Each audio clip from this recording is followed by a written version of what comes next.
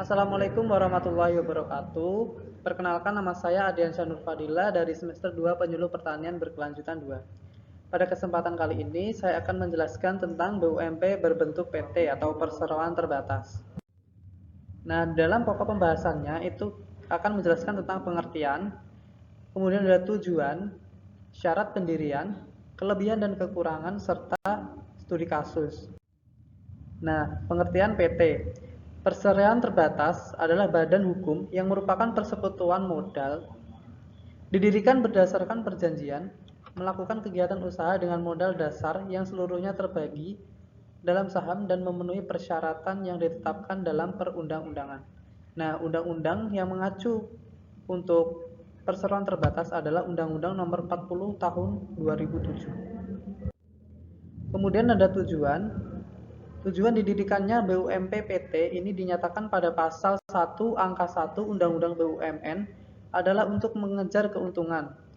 Negara sebagai pendiri dan pemegang saham Persero berharap bahwa Persero dapat memberikan kontribusi kepada pendapatan negara. Kemudian ada syarat pendirian. Yang pertama, PT didirikan oleh 2 orang atau lebih dengan akta notaris yang dibuat dalam bahasa Indonesia. Yang kedua, setiap pendiri perseroan wajib mengambil bagian saham pada saat perseroan didirikan. Yang ketiga, perseroan memperoleh status badan hukum pada tanggal diterbitkan keputusan Menteri mengenai pengesahan badan hukum perseroan. Kemudian ada kelebihan dan kekurangan perseroan terbatas. Kelebihannya yaitu yang pertama, tanggung jawab pemegang saham terbatas pada modal yang ditanamkan.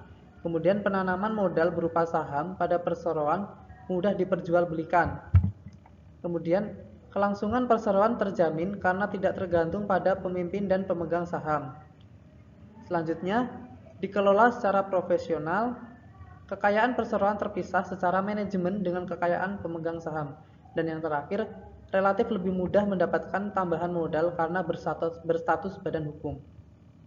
Untuk kelemahannya, yaitu yang pertama ada prosedur pendirian perseroan relatif lebih sulit. Yang kedua ada biaya dibutuhkan untuk pendirian perseroan itu relatif lebih mahal. Kemudian yang ketiga ada kewenangan perseroan dipegang oleh pemilik saham mayoritas. Yang keempat, keuntungan perseroan dibagi dengan pemegang saham. Dan yang kelima, adanya pajak perusahaan sehingga keuntungan perusahaan berkurang. Nah, ini ada contoh BUMP berbentuk PT, yaitu PT Padi Energi Proklamasi. PT ini berdiri di lokasi Kabupaten Karawang, Jawa Barat. Untuk bidang usahanya yaitu perseroan terbatas. Nah, untuk sumber modalnya yaitu dari sejumlah BUMN melalui program kemitraan dan bina lingkungan atau PKLB yang dijembatani oleh PT PEN.